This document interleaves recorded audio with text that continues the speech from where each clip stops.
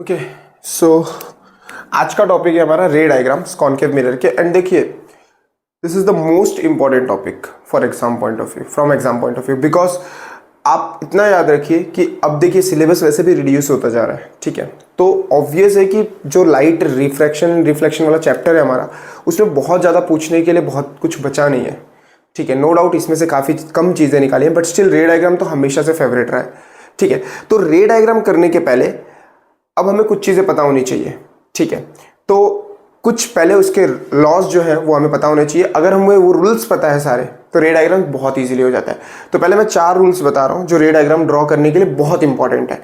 तो सबसे पहले आप उन रूल्स को देखिए, ठीक है। तो उसको साथ में कॉपी कीजिए, नोट डाउन कीजिए, और देखिए साथ में सामान लेके बैठिए, ठीक है। अगर रे डायग्राम करने बैठे हैं तो राउंडर, ठीक, और ये स्केल, पेंसिल, इरेजर प्रॉपरली आपके पास होना चाहिए, और नोटबुक लेके एक जगह बैठ जाइए। आधे घंटे के बाद आपको इसमें कोई डाउट नहीं रहेगा, ठीक है। ये मेरी श्योरिटी है। सो पहले हम कॉनकेव मिरर के कर रहे हैं, तो उसके पहले हम रूल्स देख लेते हैं क्या है। देखिए, हमें पता है कॉनकेव मिरर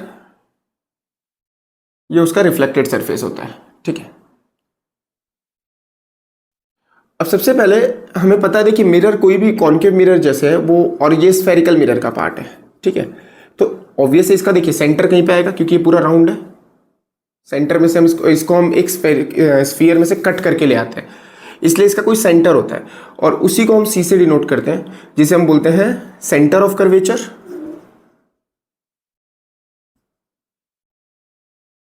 एंड ये जो डिस्टेंस होता है इसी को बोलते हैं रेडियस ऑफ कर्वेचर, क्योंकि ये रेडियस हुआ इसका, ठीक है। एंड इसका एग्जैक्टली हाफ यानी कि फोकस, और सबसे इंपॉर्टेंट पॉइंट रे डायग्राम के लिए फोकस है, ठीक है। तो अभी हम सबके लिए रूल्स देखेंगे।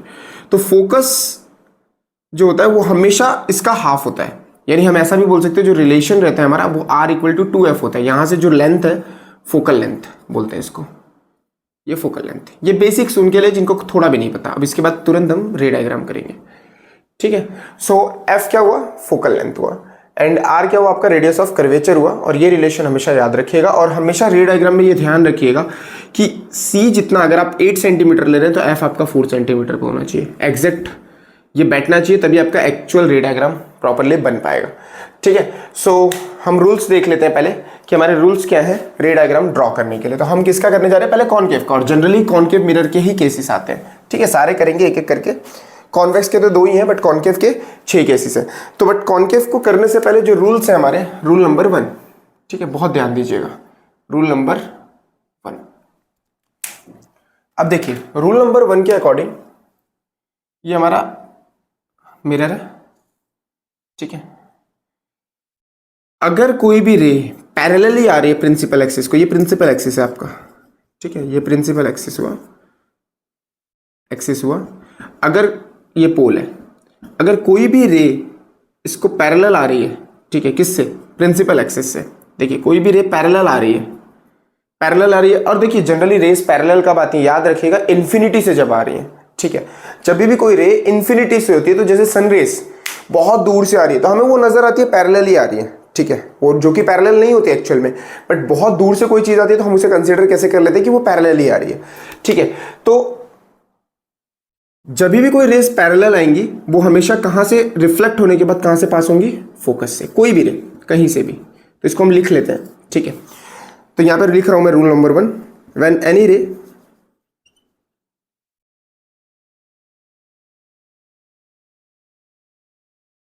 when a ray parallel to principal axis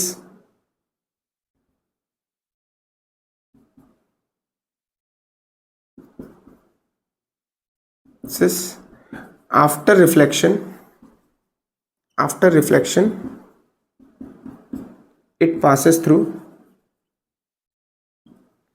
focus, ठीक है। when a ray passes parallel to principal axis after reflection it passes through focus। ये पता चला आपको, जब भी कोई रे प्रिंसिपल एक्सिस को पैरेलल आएगी, ठीक है, ये आपको रटने की जरूरत नहीं है, बट यहां समझना है, इसलिए मैं लिखवा रहा हूं ताकि सिंपल वर्ड्स में आपको ये चीजें याद रहे। व्हेन एनी रे passes parallel to principal axis after reflection it passes through focus. Clear हो रहा है सबको? When a ray passes parallel to principal axis after reflection is passes through focus। याद रखना, अब कभी भी कोई रे पैरेलल लेके आओगे हमेशा फोकस से पास कर देना, ठीक है? तो रूल नंबर 1। रूल नंबर 2 क्या बोल रहा है, देखिए इसका वाइस वर्सा। जब भी कोई रे, यहां फोकस ड्रॉ कर लेते हैं, ऐसे हुआ, ठीक है? कोई भी रे फोकस से पास होगी, ठीक है, कोई भी रे फोकस से ऐसे पास होगी तो हमेशा वो प्रिंसिपल एक्सिस को पैरेलल मूव करेगी आफ्टर रिफ्लेक्शन। समझ रहे हैं? देखिए जैसे सपोज कीजिए ये एक रे है, ऐसे वो फोकस से आई, यहां टकराई, रिफ्लेक्शन के बाद ये कैसे हो जाएगी, पैरेलल टू प्रिंसिपल एक्सिस। या इसका उल्टा, यहां पैरेलल आ रही थी, रिफ्लेक्शन के बाद फोकस से पास हो रही थी, यहां क्या हो रहा है, फोकस से पास हो रही है और रिफ्लेक्शन के बाद पैरेलल जा रही है। सो रूल नंबर 2 में क्या लिखेंगे, व्हेन अ रे passes through focus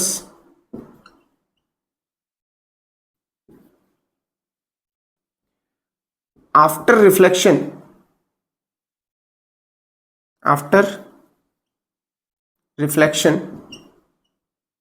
it moves parallel to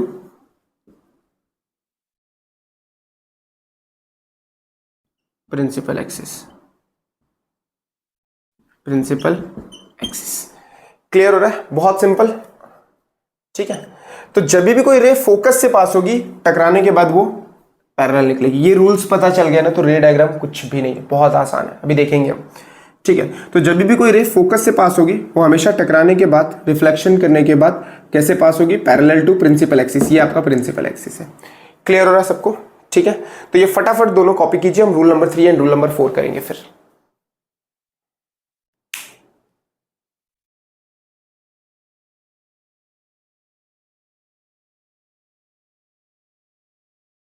ठीक है, सो सबने लिख लिया। अब rule number 3 and rule number 4 बहुत ध्यान देना। देखो यही 2 रूल, इसके बाद और है, ये 4 रूल पता चल गया, रे डायग्राम हो गया, समझ लेना बहुत इजीली अभी आपको पता चलेगा। ठीक है, इसका एप्लीकेशन देखेंगे, इसको रफ कर रहा हूं मैं नेक्स्ट 2 रूल्स के लिए।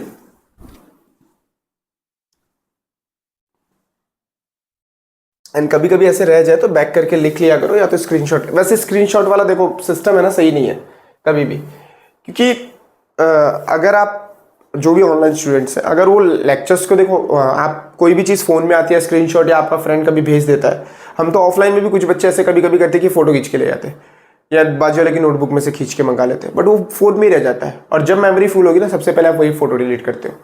ठीक है, तो ये सब करने से बेटर है ऑन द स्पॉट लिख के ख़त्म करो। ठीक है, एंड जो भी ऑनलाइन में देख रहे हैं उनके लिए तो बहुत आसान है चीज़ें। ठीक है, आप आगे पीछे कर सकते हो इजीली। ठीक है, आप रिकॉर्डेड लेक्चर देख रहे हो, ठीक है, सो कोई दिक्कत होनी नहीं चाहिए।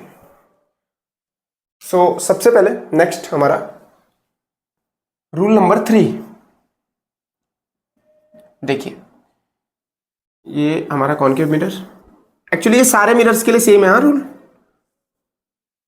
तो देखिए अब ये हमारा सेंटर ऑफ कर्वेचर है और ये हमारा फोकस है। ठीक है, कोई भी रे जब सेंटर ऑफ कर्वेचर से पास होती है, ठीक है, कहाँ से, सेंटर ऑफ कर्वेचर से, तो वो वापस उसी के पास से बाउंस बैक होती है, यानी कहीं नहीं जाएगी, वापस रिटर्न हो जाएगी। जब भी सी से कोई पास हो रहा है वापस उसी पे वापस आ जाएगा, यानी जहाँ पे इंसिडेंट हो रहा है वहीं से वापस सेम पाथ पे रिफ्लेक्ट हो जाएगा। ठीक है, तो इसमें क्या लिखेंगे, व्हेन अ रे passes through center of curvature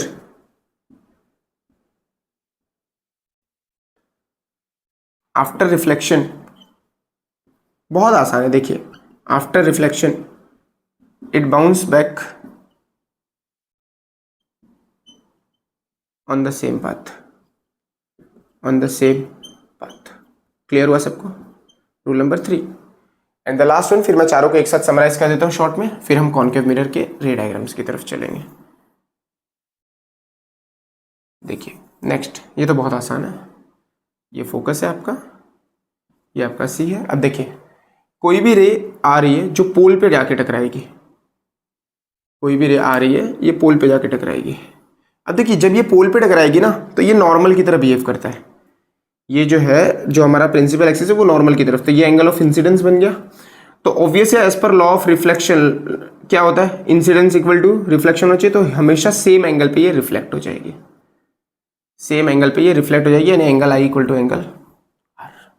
तो जब भी कोई रे पोल से पास होगी, तो जैसे 30 डिग्री पे आई तो 30 डिग्री पे ही रिफ्लेक्ट हो जाएगी, ये चीज़ ध्यान देना है। 30 डिग्री पे आई तो 30 पे ही रिफ्लेक्ट हो जाएगी और ये नॉर्मल की तरह बिहेव करेगा, ठीक है। सो क्लियर हुआ सबको? तो हमने 4 रूल क्या क्या किए वो देख लेते हैं, एक बार इसको फटाफट कॉपी कर लीजिए।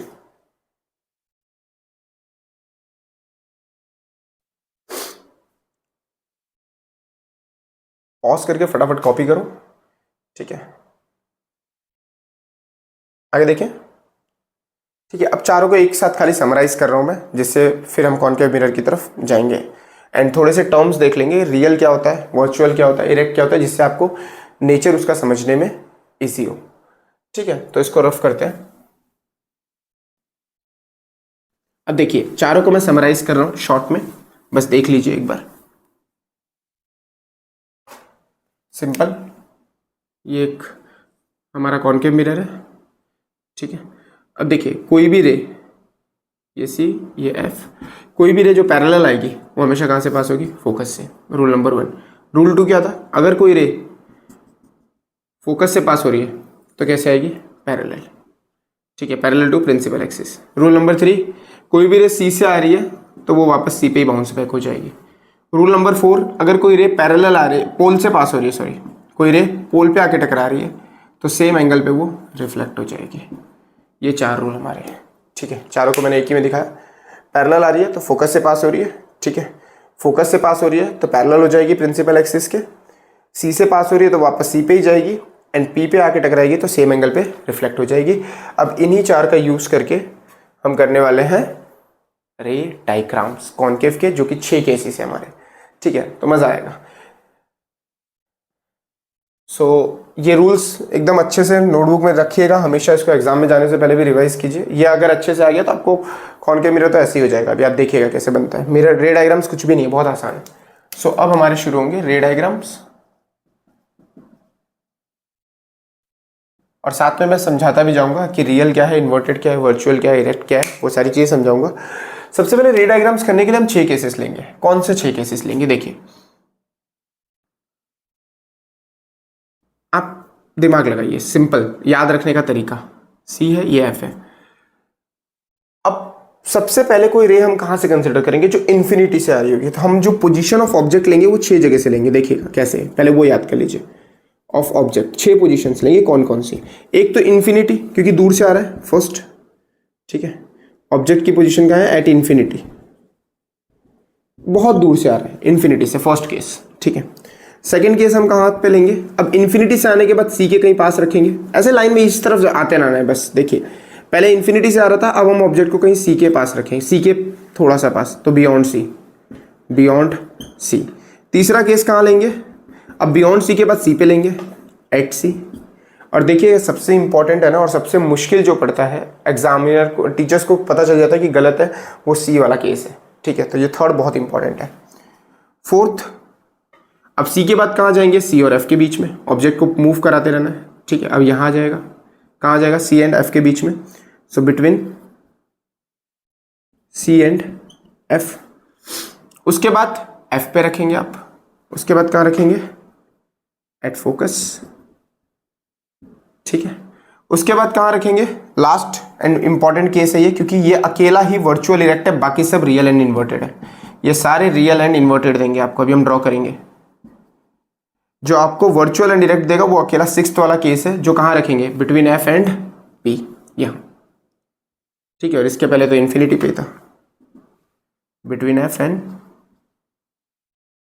पी। कितना आसान है याद रखना, देखिए कहाँ कहाँ रखा। अब इसके बाद तो ये 4 रूल्स याद रहेंगे तो ये इजीली ड्रॉ हो जाएगा। पहले पोजीशन हमें पता चल गई, एक इन्फिनिटी से आएगा, दूसरा बियॉन्ड सी, फिर सी पे, फिर सी एंड एफ के बीच में, फिर एफ पे, फिर एफ एंड पी के बीच में।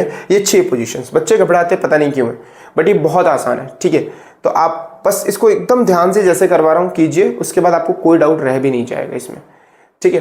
सो अब हम लोग शुरू करते हैं एक एक करके। तो हम पहला लेंगे एट इन्फिनिटी वाला केस, ठीक है। तो ये समझ आया, हम 6 पोजीशंस के लिए ड्रॉ करेंगे, कॉनकेव मिरर के लिए कर रहे हैं। Now at infinity, first position of object, और साथ में ड्रॉ करना है समझ के, ठीक है, एट इंफिनिटी। देखिए इतना तो सबको पता है। हाँ, मेजरमेंट बहुत सही लीजिएगा, और लगे तो ये राउंडर से बनाइए, अदरवाइज आप अगर प्रॉपरली शेप दे सकते हो तो हाथ से भी चलता है, बट अगर राउंडर यूज करना है तो एक सेंटर ले लीजिए, बहुत ज्यादा कर्व मत दिखाइएगा, ऐसे राउंडर से बना दीजिए। तो आपको एक सी मिल गया, एग्जैक्ट इसका हाफ कर दीजिए। और एक काम करना, देखो ऐसे केस में क्या होता है ना कि बच्चे रेंडमली ले लेते हैं कोई भी वैल्यू, तो पॉइंट में आएगा तो हाफ करना मुश्किल होता है। आप ऐसे ले लीजिए ना 6 सेंटीमीटर, तो 6 का रेडियस लेंगे और सर्कल को ऐसे हाफ कट करेंगे, तो जो फोकस होगा वो कहाँ आएगा, 3 सेंटीमीटर पे आएगा ना। जो फोकस होगा आपका, अगर ये 6 है, ठीक है पूरा, तो ये ऑब्वियसली 3 होगा, तो बस हाफ कर दीजिए, तो फिगर में कोई दिक्कत आएगी नहीं। ठीक है, हमेशा हाफ होना चाहिए, बस ये गलती मत करना, रैंडम मत लेना कुछ भी। देखो ठीक है, तो हम ले रहे हैं ये फोकस। अब सुनना, स्केल से ये सब करना है आपको। हम ऑब्जेक्ट की पोजीशन कहाँ ले रहे हैं, इन्फिनिटी। और कोई भी चीज मैंने बताया ना, जैसे सनरेज है, इन्फिनिटी से आ रही है, मतलब वो पैरेलल आती है, ठीक है। तो सनरेज कहाँ से आ रही है, इन्फिनिटी से। अगर वो इन्फिनिटी से आ रही है तो वो कैसे आएंगे, पैरेलल। कैसे आएंगे, पैरेलल, ऐसे। और पहला नंबर, रूल नंबर 1, जब भी कोई रेस पैरेलल आएंगे, ठीक है, किसको, प्रिंसिपल एक्सिस को, कहाँ से पास होंगी, फोकस से पास होंगी, है ना। तो जब भी कोई रे पैरेलल आएंगे वो कहाँ से पास होंगी, फोकस से। तो ये फोकस से पास हुई, मैं तो चिटिंग कर सकता हूँ ना थोड़ी सी, मेरे पास अथॉरिटी है यहाँ पे बोर्ड पे। दूसरी, ये भी कहाँ से पास होगी, फोकस से। कभी भी याद रखना, याद रखना, इमेज फॉर्म होने के लिए 2 पॉइंट्स का मिलना तो जरूरी है, 2 रेस का मिलना जरूरी है रिफ्लेक्शन के बाद। देखो ये एक हुई, ये 2 हुई, तो हमेशा 2 रेस तो दिखानी है, ठीक है। एक से तो कैसे पता चलेगा तुमको कहाँ बन रही है इमेज, अभी सेकंड वाले केस में ज्यादा क्लियर हुआ ये चीज। तो इमेज हमारी कहाँ बन रही है, देखो फोकस पे, और एकदम पॉइंट जैसी साइज दिख रही है इसकी, बहुत छोटी, ठीक है। तो सबसे पहले हम यहाँ पे लिखेंगे, ये क्लियर हुआ, रे डायग्राम आपको पैरेलल रेज आई, कहां से पास कर दी, नहीं खाली फोकस से, दूर से आ रही है तो सारी रेस पैरेलल ही आएंगी, इसलिए हमने 2 रेस पैरेलल कंसीडर कर ली और फोकस से उनको पास करा दिया, ठीक है। नाउ सबसे पहले position of image, position of image कहां है, दिख रही है ना, एट फोकस। फोकस पे बनी ना भैया इमेज, ये इमेज हो गई, जहां पे दोनों लाइन मीट कर गई वो इमेज हो गई। दूसरी चीज, नेचर, रियल एंड इन्वर्टेड। अच्छा, रियल एंड इन्वर्टेड का मतलब क्या होता है, अभी इसको सेकंड रे डायग्राम में बहुत जल्दी अच्छे से समझाऊंगा, क्योंकि उसमें ज़्यादा क्लियर होगा, ठीक है। तो इसके लिए थोड़ा सा वेट कीजिए अगर नहीं पता है तो। वैसे मैं बताता हूँ, देखिए रियल और वर्चुअल में फ़र्क क्या होता है। रियल एंड वर्चुअल का मतलब समझिए। रियल का मतलब क्या होता है बच्चों, कि जैसे आप पहले वर्चुअल समझो, प्लेन मिरर आपके घर में जिसमें आप कंघी वंगी करते हो, ठीक है, सिंपल। जो भी मिरर आपके घर में लगा है वो मोस्टली प्लेन मिरर होता है, ठीक है, जिसमें आप खुद की शक्ल देखते हो। प्लेन मिरर में आप ऑब्जर्व करोगे, आप आगे जाते हो तो आपकी इमेज आगे आती है, आप पीछे जाते हो तो आपकी इमेज पीछे आती है। हमने किया भी हुआ ये, ठीक है। तो हम जब आगे जाते हैं तो हमारी इमेज आगे जाएगी, हम पीछे जाते हैं तो हमारी इमेज पीछे जाती है, बट कभी इमेज स्क्रीन पे नहीं दिखती, हमेशा बिहाइंड द स्क्रीन दिखती है, ठीक है। हमेशा कहाँ दिखती है, बिहाइंड द स्क्रीन। मैं अभी आपको कहाँ दिख रहा हूँ, स्क्रीन पे दिख रहा हूँ, मैं आपको एग्जैक्टली स्क्रीन पे दिख रहा हूँ, ठीक है। जो ऑनलाइन स्टूडेंट्स पढ़ रहे हैं उनको एग्जैक्टली मैं स्क्रीन पे दिख रहा हूँ, ठीक है।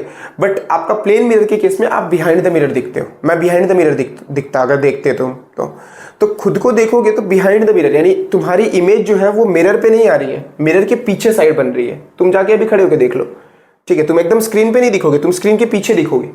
तो जब भी अगर कोई स्क्रीन के पीछे दिख रहा है, ठीक है, तो वो वर्चुअल में हमेशा इमेज फॉर्म होती है behind the mirror, behind the mirror. Clear हो रहा है सबको, इमेज कहां फॉर्म होती है, बिहाइंड द मिरर। सॉरी, एक अर्जेंट कॉल आ गया था, ठीक है। अब तो देखना यहाँ पे, तो वर्चुअल का मतलब क्या होता है, इमेज कहां क्रिएट होगी, behind the mirror. And real का मतलब क्या होता है, ऑन द स्क्रीन। जैसे आप अभी देख रहे हो तो मैं स्क्रीन पे दिख रहा हूं, आपको टीवी आप देखते हो, टेलीविजन, उस पर ऑन स्क्रीन होता है, ठीक है। तो रियल में हमेशा याद रखना, इमेज जो फॉर्म होगी वो ऑन स्क्रीन होगी, स्क्रीन पे ही दिखेगी, ठीक है। पर वर्चुअल में हमेशा बिहाइंड दिखेगी, पीछे। जैसे आपका प्लेन मिरर होता है उसमें आपकी इमेज स्क्रीन पे नहीं आती, पीछे आती है। जैसे इस बोर्ड में भी देखो रिफ्लेक्शन आ रहा है, मैं पीछे की तरफ दिख रहा हूँ, ठीक है। तो जब भी वर्चुअल होगा इमेज बिहाइंड द मिरर होती है, रियल में ऑन स्क्रीन क्रिएट होती है, ठीक है। एंड याद रखना जो भी रियल होगा वो हमेशा इन्वर्टेड होगा, अभी मैं आपको बताता हूँ। और जो इन्वर्टेड होगा वो हमेशा रियल होगा, जो वर्चुअल होगा वो हमेशा इरेक्ट होगा। इरेक्ट मतलब सीधा, कुछ बच्चे इरेक्ट को उल्टा समझते हैं। इरेक्ट का मतलब सीधा सीधा, इन्वर्टेड मतलब उल्टा। तो जो इन्वर्टेड आएगा वो रियल होगा, जो इरेक्ट होगा वो हमेशा वर्चुअल होगा, या जो रियल होगा वो हमेशा इन्वर्टेड होगा, जो वर्चुअल होगा वो हमेशा इरेक्ट होगा। तो ये जोड़ी है, इनको तोड़ना नहीं है कभी, ठीक है। तो अभी आपको बहुत इजीली समझ आ जाएगा कि नेचर क्या होगा। इसमें थोड़ा सा याद रखना, मैंने वैसे भी आपको बता तो दिया कि पहले 5 जो है वो रियल एंड इन्वर्टेड ही रहेंगे, सिर्फ एक ही केस जो है वो वर्चुअल एंड इरेक्ट है, ठीक है। सो अभी आपको पता भी चलेगा, नेक्स्ट वाले में एकदम क्लियर पता चल जाएगा कि इन्वर्टेड कैसे हो रहा है। नेचर ऑफ इमेज क्या है, रियल एंड इन्वर्टेड। दूसरा साइज, ये 3 चीज एग्जाम में लिख पूछते हैं। तो दिख रहा है ना, पॉइंट साइज बहुत छोटी है तो पॉइंट साइज्ड, ठीक है। तो ये हमारा तीनों चीज लिखने को आती है एग्जाम में कि draw ray diagram and write its position, nature and size of the image, ठीक है। तो ये फर्स्ट रे डायग्राम हो गया हमारा। पोजीशन ऑफ ऑब्जेक्ट हमने कहां रखा, एट इन्फिनिटी रखा है। जल्दी से कॉपी कर लीजिए इसको।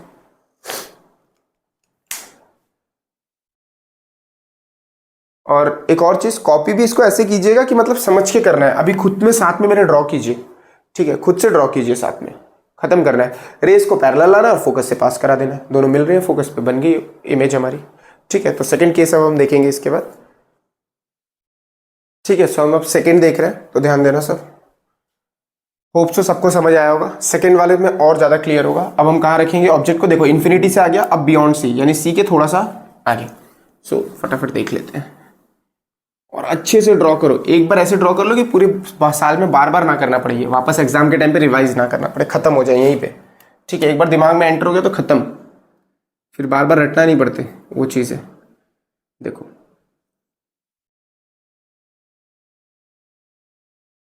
सुनना, ध्यान से देखना। अब ये आपका हो गया सी, ये हो गया एफ, ठीक है। और यहाँ पे बियॉन्ड सी यानी ऑब्जेक्ट कहीं भी ले सकते हो, मैं यहाँ ले रहा हूँ, ऑब्जेक्ट कहीं भी ले सकते हो। तो अब देखो ऑब्जेक्ट के अंदर से 2 रेज आपको निकालनी है। तो एक तो यहाँ से हमेशा एक पैरेलल निकालो इसके, ठीक है। जो पैरेलल आएगी वो कहाँ से पास होगी हमेशा, रूल नंबर 1 फोकस से, पढ़ा हुआ है हमने। जो भी रेस पैरेलल आएंगी वो कहाँ से पास होंगी, रूल नंबर 1 फोकस से, ठीक है। क्लियर हो रहा है सबको, फोकस से पास होंगी, ठीक। दूसरी चीज, अब यहाँ पे 2 रूल्स यूज कर सकते हो सेकंड वाले केस के लिए। एक रे तो हमेशा पैरेलल ले ही लेनी है, कोई भी ऑब्जेक्ट आएगा तो पैरेलल आई और फोकस से पास हो गए, रूल नंबर 1। ये हमने ऑब्जेक्ट का पोजीशन लिख देते हैं। पोजीशन ऑफ ऑब्जेक्ट क्या है,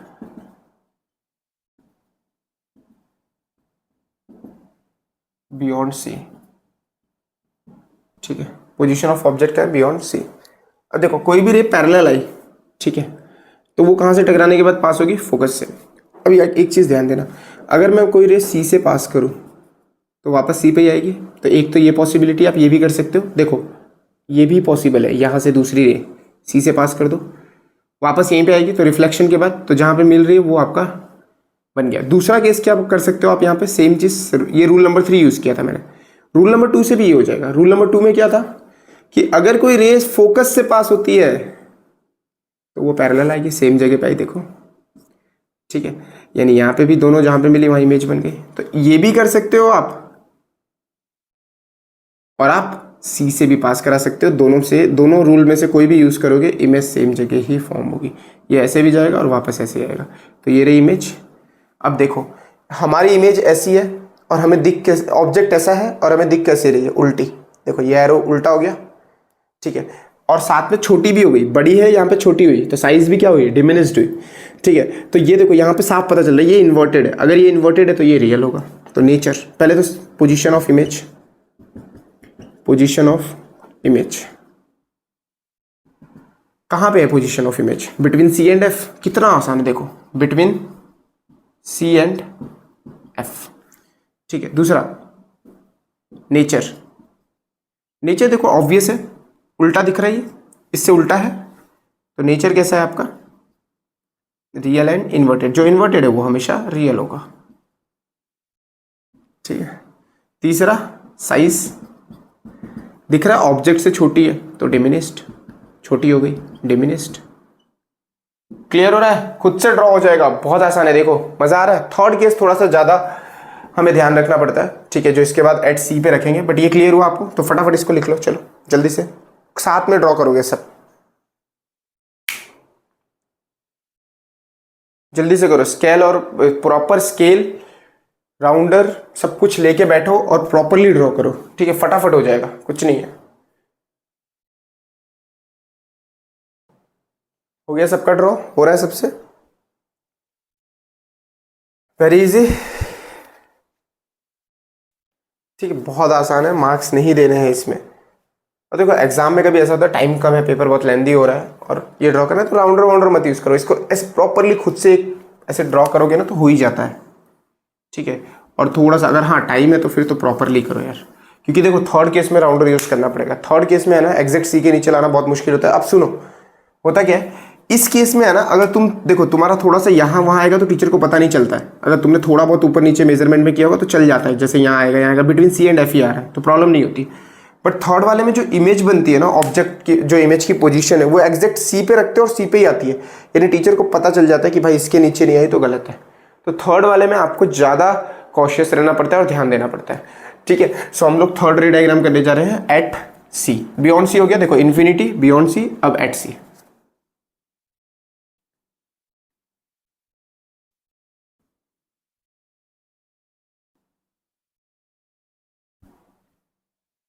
ठीक है, अब एट सी,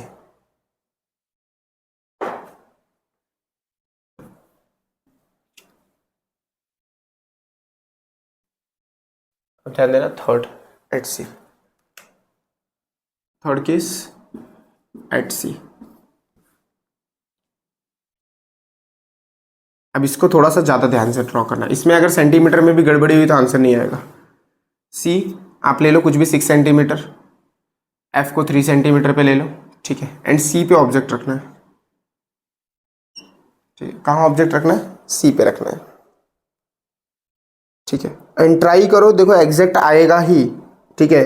ऑफलाइन में भी बहुत सारे स्टूडेंट्स का नहीं आया था आंसर, वो थोड़ा बहुत सी के इधर आ जा रहा है या इधर इधर आ जा रहा है, इधर आ जा रहा है, वो नहीं होगा। अगर आप एग्जैक्ट मेजरमेंट लेते हो, आप राउंडर लो, इसका प्रॉपर सेंटर ढूंढो, ठीक है, प्रॉपर फोकस दो, देखो आंसर एग्जैक्ट आएगा, ठीक है, इश्यू नहीं आएगा। बहुत ज़्यादा ध्यान से 2 से 3 बार मुझे पता है कुछ लोगों को करना पड़ेगा, ठीक है। सो घबराना मत, लेकिन एकदम सेंटीमीटर की भी फर्क मत करना, एकदम प्रॉपरली उसको ड्रॉ करो, देखो आंसर एग्जैक्ट आएगा आपका, ठीक है। तो इसमें क्या होगा सुनो, पहले तो एक तो रे हमेशा हमें पता है पैरेलल निकाल देनी है, ये भी एकदम सीधी जानी चाहिए लाइन, और इसको कहाँ से पास कर देना है, फोकस से पास कर देना है। कहाँ से पास हो जाएगा, जो पैरेलल आएगा रूल नंबर 1 फोकस से पास होगा। दूसरी फोकस दिख रहा है हमें तो हम फोकस से पास करेंगे, ठीक है। और इसको कैसे निकाल देंगे, फोकस से पास होने के बाद सीधे आएगा, देखो मेरा भी थोड़ा सा ऐसे इस तरफ आया, बट ये आप एग्जैक्ट मेजरमेंट लेके करोगे तो एग्जैक्ट इसके नीचे इमेज बनेगी, एग्जैक्ट नीचे आनी चाहिए। और देखो साइज भी सेम है, आपकी साइज भी सेम आएगी और एग्जैक्ट नीचे ड्रॉ होगा। यानी पहला काम क्या करना है आपको, पैरेलल फोकस से पास हुई, फिर फोकस से जो पास हो रही है parallel, rule number 1 rule number 2। But problem क्या है, थोड़ा भी इधर उधर हो तो टीचर को पता चल जाता है कि हाँ इसमें कुछ गड़बड़ी है, ठीक है। तो इसको आप एक्स्ट्रा ध्यान से इस थर्ड वाले फिगर को बनाना पड़ता है। पहले 2 सबके आ जाते हैं, इसके बाद के भी ठीक है, बट इसमें ज़्यादा ध्यान रखना पड़ता है। तो जब तक आंसर नहीं आएगा तब तक बनाओगे, ठीक है। एग्जैक्ट सी के नीचे आना चाहिए आपका, और वो याद रखना आता ही है। मैंने खुद ड्रॉ करके बच्चों को कहीं नोटबुक में दिया, ठीक है, क्योंकि उनसे नहीं हो रहा था जब हमने बोर्ड पे समझाया, तो कहीं ना कहीं फिगर में होता है, तो उन्होंने थोड़ा सा भी अगर सेंटीमीटर में डिफरेंस होगा या फिर अगर प्रॉपर आपने सेंटर नहीं लिया होगा तो आंसर रॉन्ग आएगा, ठीक है। सो आपको ड्रॉ करना ही है, ठीक है। और जिसका जिसका आ गया कमेंट बॉक्स में लिख के बताओगे कि सर मेरा आ गया, ठीक है, एग्जैक्ट आ गया, ठीक है। क्लियर हो रहा है सबको। अब देखो सो यहाँ पे पोजीशन ऑफ इमेज का है,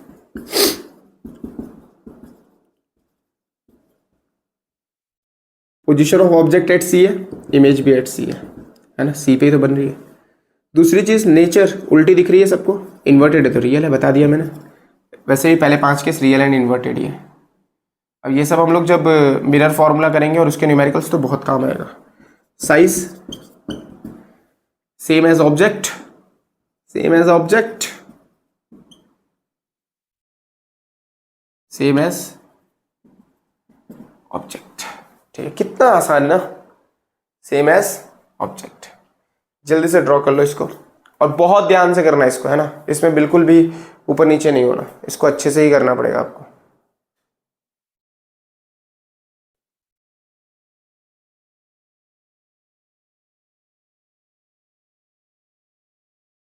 फिर नेक्स्ट फोर्थ केस देखेंगे। आप कहाँ रखेंगे, दिमाग लगाने वाली बात है, सी और एफ के बीच में। करें ड्रॉ।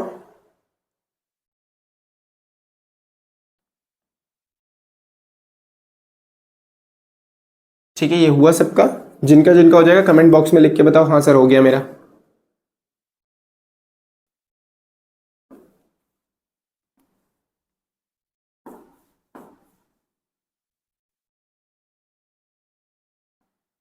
नेक्स्ट फोर्थ कहाँ रखेंगे, सी के बाद between C and F, between C and F. ठीक है,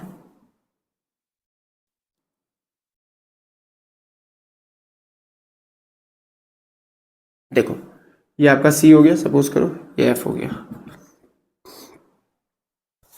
ठीक है, अब ध्यान देना यहाँ पे, अब हम कहाँ रख रहे हैं इमेज को, ऑब्जेक्ट को, सॉरी, सी एंड एफ के बीच में, कहीं पे भी इसके बीच में रख सकते हो। तो एक रे तो हमेशा पैरेलल पास होगी। ठीक है, एक रे हमेशा कहाँ से पास होगी, पैरेलल। पैरेलल पास कर दो, देखो पैरेलल गई और कहाँ आएगी, फोकस से पास होगी। ठीक है, पैरेलल जाएगी और कहाँ से पास होगी, अरे भाई पैरेलल चली जा। ठीक है, और कहाँ से पास होगी, फोकस से पास होगी। ठीक है, दूसरी रे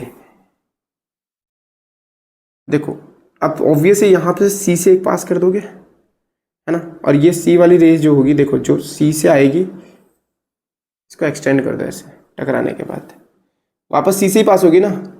देखो जो जाएगी वो टकरा के वापस सी से ही आएगी, तो सी तो यहाँ पे मिले कहीं, देखो कहाँ मिले, सी से पास करा देनी है। ठीक है, टकराने के बाद वापस आएगी ना ऐसे, तो दोनों जाके कहाँ मिल रहे हैं, इस पॉइंट पे। क्लियर हो रहा है सबको। सेम चीज तुम कर सकते थे एक और, तुम फोकस से पास कर सकते थे इसको ऐसे, और ये वापस आके यही मिलती। ठीक है, इसको अगर तुम यहाँ से फोकस से भी पास करते तो तुम वापस आके ये यही मिलती। तो या तो तुम सी से पास कर लो दूसरी रे, या तो तुम देखो दोनों रूल लग सकते हैं। रूल नंबर 1 तो लगाया है हमने, वो तो हर जगह लग रहा है। रूल नंबर 2 और रूल नंबर 3 में से कोई भी यूज कर सकते हैं। रूल नंबर 2 लेते हैं अगर, तो हमने क्या देखा था, फोकस से कोई पास होगा तो वो पैरेलल होगा। तो या तो फोकस से पास करके इसको पैरेलल कर दो, दूसरा क्या कर सकते हो आप, सी से पास करके सी पे ही वापस ले आओ। ठीक है, तो ये दोनों केस में आप देख सकते हो कि ऑब्जेक्ट इमेज की सेम जगह पे बन रही है, और इमेज कहां बन रहा है, बियॉन्ड सी। सो सबसे पहले position of image beyond C, कहां बना है, सी से पीछे गया इमेज हमारा। नेचर उल्टा तो दिख ही रहा है, so real and inverted. Next, size कैसी दिख रही है, बड़ी, एनलार्ज्ड, एनलार्ज्ड। क्लियर हुआ, तो आपकी साइज कैसी होगी, एनलार्ज्ड होगी। सो फटाफट इसको भी ड्रॉ कर लो, फिर हम फिफ्थ केस देखते हैं एट एफ। जल्दी से कर लो, और देखो रेस जो है वो एकदम स्ट्रेट खींचना। ठीक है, जैसे ये तो बोर्ड पे है तो हम चल जाते हैं, तुम स्केल रख के खींचोगे तो एकदम स्ट्रेट आएगी ऐसे। ठीक है, जहां पे मीट करेगी वही आपका इमेज है। दो रेस का मीट करना जरूरी है किसी भी इमेज फॉर्मेशन के लिए। ठीक है, सो इसको ड्रॉ कर लो।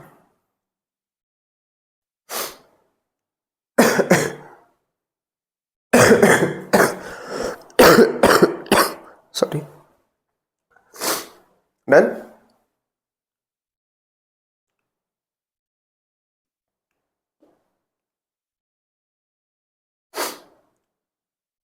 नेक्स्ट फोकस पे रखेंगे हम। ठीक है, एट एफ।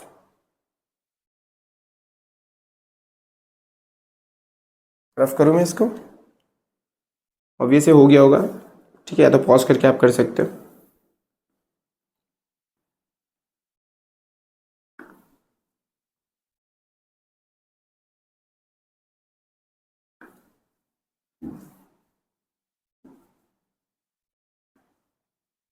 ठीक है, सो सब ध्यान देना।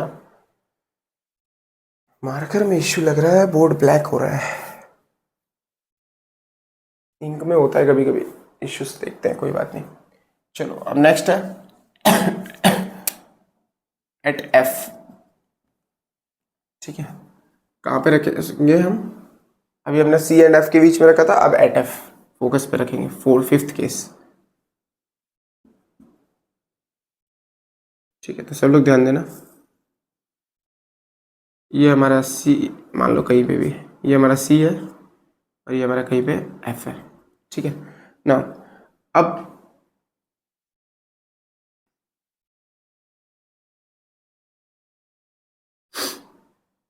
एक सी हो गया और एक एफ हो गया। ठीक है, अब देखो, अगर ऑब्जेक्ट हमारा कहाँ पे है? फोकस पे है। ऑब्जेक्ट कहाँ है? फोकस पे। ठीक है, जब भी ऑब्जेक्ट फोकस पे होगा तो सबसे पहले पहली रेस तो हमें पता ही है क्या करना है, हमें पैरेलल पास करूं। ठीक है, देखो इसको भी कई तरीके से कर सकते हो तुम, दिमाग लगाना, एक ही तरीका नहीं होता हर चीज़ को करने का। पहला तो आप वही करो, रिफ्लेक्ट कराओ और फोकस से पास करा दो। ठीक है, और इसके पहले जैसे किया था सी,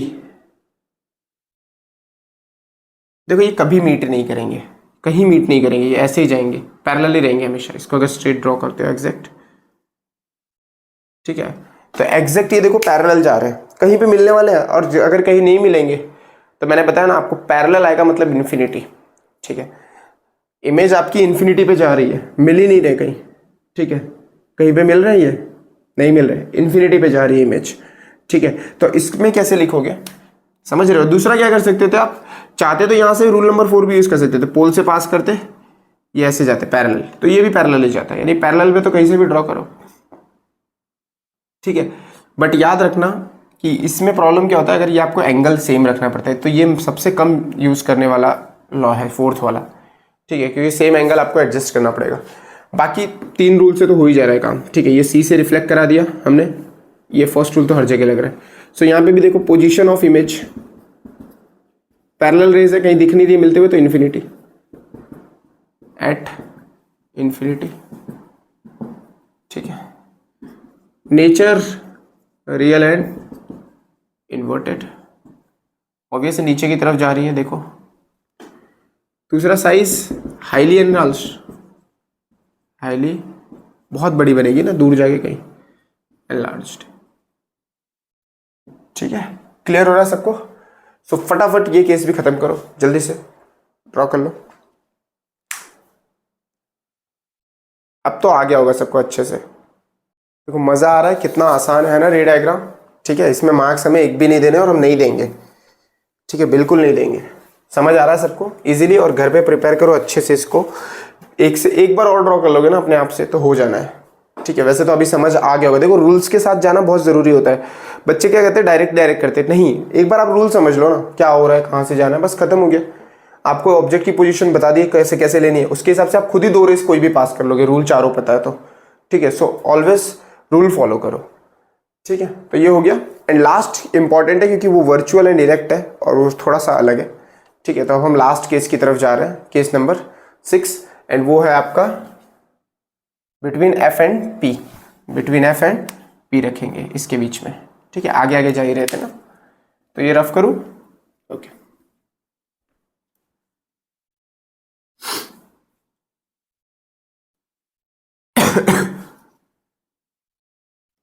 बिटवीन एफ एंड पी, तो पोजीशन ऑफ ऑब्जेक्ट,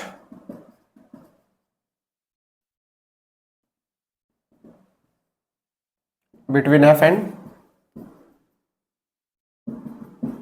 पी, है ना? देखो मजा आ रहा है ना बच्चों? बस चीजों को समझो अच्छे से, कुछ नहीं, बहुत आसान है सब कुछ।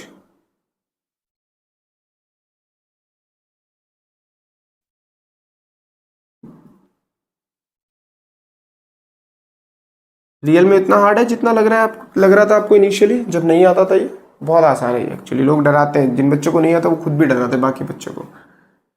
ठीक है, बिटवीन एफ एंड पी। अब देखो इसको थोड़ा सा हम एक्सटेंड कर रहे हैं। ठीक है, अब ध्यान देना, पहले अब यहाँ पे हमें 2 तरीके से करना है। एक तो जो रे पैरेलल जाएगी, ठीक है, वो कहाँ से पास होनी है, फोकस से, कर दी। ये तो सेम फॉलो करना है बार बार, पहला रूल तो हर जगह लगेगा, ठीक है। दूसरा आप यहाँ पे क्या कर सकते हो, देखो वैसे तो ये भी दो तरीके से बन सकता है, ठीक है, मैं दोनों तरीके से आपको दिखा देता हूँ। एक आप क्या कर सकते हो, ये पी वाला जो आपके एनसीईआरटी ने यूज़ किया हुआ है, पी से पास कराओ तो क्या होगा, पी से पास कराओगे तो ये रिफ्लेक्ट होगा ऐसे, तो इसका एक्सटेंड करोगे तो कहाँ जा रही है, देखो पीछे की तरफ, और ये भी कहाँ जाएगा, पीछे की तरफ। एक्सटेंड करो इसको, दोनों जाके कहीं पे मिल रहे हैं, ये इमेज हो गई। सेम आप क्या कर सकते थे इसको, ठीक है, ये सी से पास कराते ऐसे, ठीक है, और इसको एक्सटेंड करते तो भी वो सेम ही जगह जाके मिलते। तो एक तो आप पी से पास कराओ, ठीक है, और इसको एक्सटेंड कर दो, क्योंकि ये देखो अलग केस है बिटवीन एफ एंड पी वाला, आपकी इमेज आपको कहीं पे मिलानी है, अदरवाइज ये कहीं पे मिलेगी नहीं। देखो ऐसे जा रही है, तो ऐसे नहीं करना है, इसको बैक साइड में लेके जाओ एक्सटेंड करके, तो ये बिहाइंड द मिरर मिलेगी। इसकी इमेज कहाँ मिलेगी, बिहाइंड द मिरर, यानी पोजीशन ऑफ इमेज कहाँ रहेगी, पोजीशन ऑफ इमेज ये आपका बिहाइंड द मिरर चला गया, ठीक है।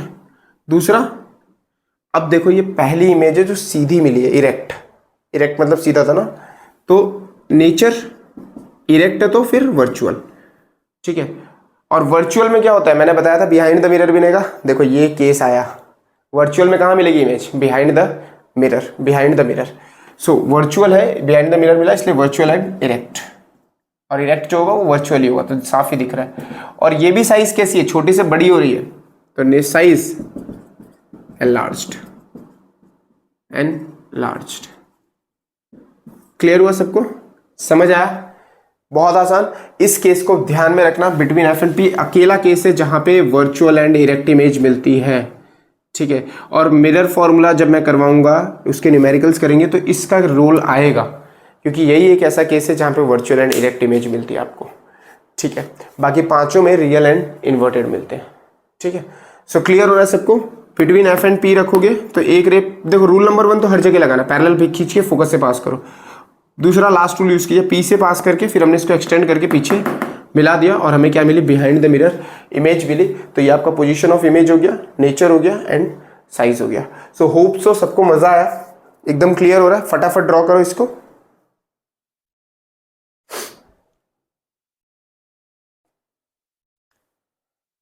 बहुत आसान है, बहुत आसान है अगर आप सही से करते हो तो।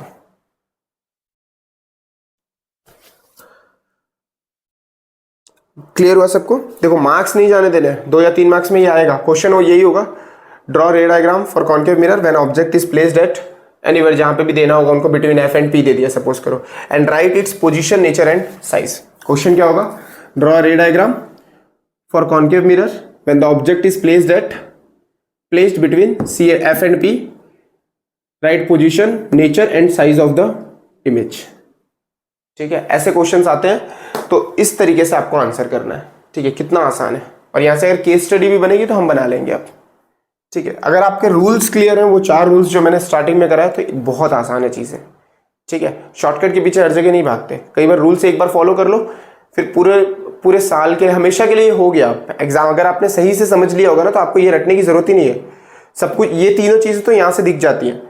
और दूसरी चीज, अगर आपको ऑब्जेक्ट की पोजीशन पता है तो उससे आप 2 रेस तो निकाल ही ले रहे हो, इतना तो मैंने सिखा दिया आपको अच्छे से, ठीक है। तो इसको प्रॉपरली आप फॉलो अप करो, ठीक है। सो नेक्स्ट लेक्चर में मिलते हैं। कॉन्वेक्स के, देखो कॉन्वेक्स में भी सेम केस है, आप ट्राई करो, अदरवाइज हम कर लेंगे नेक्स्ट वाले लेक्चर में। बट कॉन्वेक्स मिरर का करेंगे, उसके बाद मिरर फॉर्मूला करेंगे, उसके न्यूमेरिकल्स देख लेंगे, एंड फिर रिफ्रैक्शन का टॉपिक आएगा जो कि बहुत इंपॉर्टेंट है, ठीक है। तो बहुत अच्छे से चीज़ों को फॉलो अप करो, ठीक है। तो मिलते हैं फिर नेक्स्ट लेक्चर में, तब तक के लिए बाय। और इसको प्रैक्टिस करो, ठीक है। और थर्ड वाले केस के लिए कमेंट करो किसका किसका एग्जैक्टली आ गया है, मुझे बहुत खुशी होगी जिसका जिसका एग्जैक्ट आ जाएगा, मजा आएगा, ठीक है। सो कर दो, ओके। एंड चैनल को सब्सक्राइब करो, आपको फ्री में कंटेंट मिल रहा है, ठीक है, ये बेस्ट चीज़ है। तो जितने बच्चों को शेयर कर सकते करो, जिससे बाकी बच्चों को तक भी ये चीज़ें पहुंच सके, ठीक है। तो लाइक करो, शेयर करो, ये सारी चीज़ें करते रहो, जिससे टीचर का भी मोटिवेशन बढ़ता रहे, एंड आपको कंटेंट जब भी कोई भी चीज़ आएगी तो नोटिफिकेशन आएगा आपके पास, बस ये फ़ायदा रहता है, ठीक है। तो फिर इसको अच्छे से वापस रीड्रॉ कर लेना एक बार। मिलते हैं, ठीक है, बाय।